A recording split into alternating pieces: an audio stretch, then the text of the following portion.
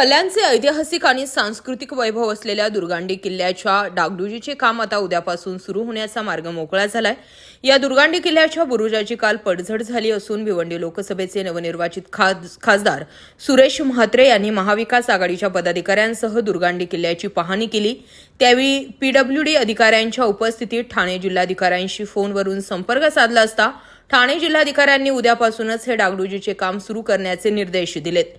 दुर्गांडी किल्ल्याच्या प्रवेशद्वाराजवळील बुरुजाचा भाग काल रात्रीच्या सुमारास ढासळला। विशेष म्हणजे पीडब्ल्यूडी कडून काही वर्षांपूर्वीच या बुरुजाचे काम करण्यात आले होते।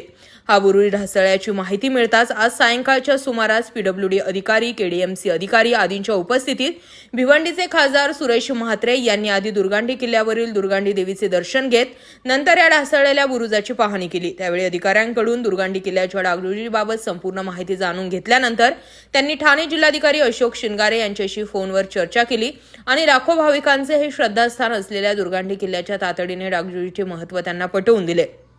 त्यावर ठाणे जिल्हाधिकाऱ्यांनी उपस्थित पीडब्ल्यूडीच्या अधिकाऱ्यांना फोनवरच उद्यापासून लगेचच किल्ल्याची डागडुजी सुरू करण्याचे आदेश दिल्याचे दिसून आले। त्यामुळे किल्ल्याच्या डागडुजीचा मार्ग आता मोकळा झाल्यानं सुरेश म्हात्रे यांनी स्पष्ट केलंय।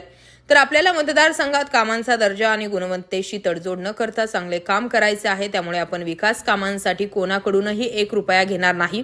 जर काम चांगले केले नाहीत तर मग तो कंत्राटदार असो किंवा शासकीय अधिकारी, त्यांचा कोणताही मुलाहिजा न ठेवता त्यांच्यावर कायदेशीर कारवाई करू, असा सज्जड दमही सुरेश म्हात्रे यांनी यावेळी दिला। तर खासदारकीची शपथ घेऊन झाल्यानंतर आपण कल्याण पश्चिम विधानसभा मतदारसंघाच्या पाहणी दौऱ्यावर येणार असल्याचंही त्यांनी म्हटलंय। या पाहणी दौऱ्यामध्ये शिवसेना उद्धव बाळासाहेब ठाकरे पक्षाचे शहर प्रमुख सचिन बासरे, केडीएमसीचे अतिरिक्त आयुक्त प्रल्हाद रोडे, पीडब्ल्यूडी अधिकारी प्रितीश पराळे यांच्यासह विविध अधिकारी उपस्थित होते।